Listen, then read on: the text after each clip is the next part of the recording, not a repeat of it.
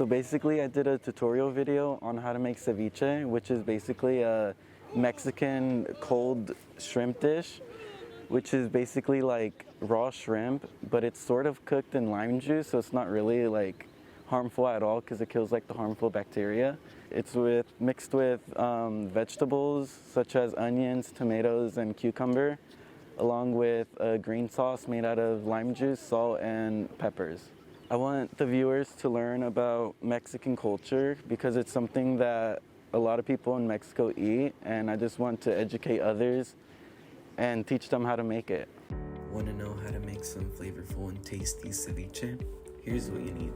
2 pounds of raw shrimp, 7 limes, 5 small cucumbers, 3 tomatoes, 1 onion, and 1 jalapeno.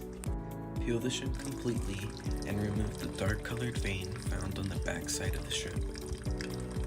Chop shrimp carefully with a sharp knife.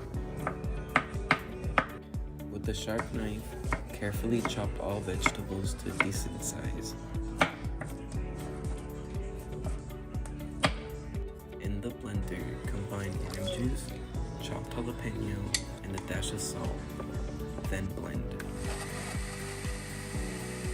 In the larger dish, spread the shrimp and pour the sauce. Add the onion and mix evenly. Let the shrimp sit for about 10 minutes.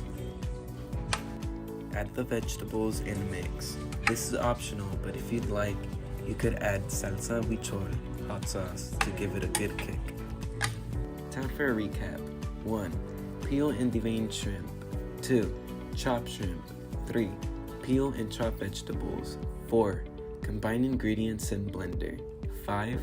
Pour sauce on shrimp and let it sit. 6.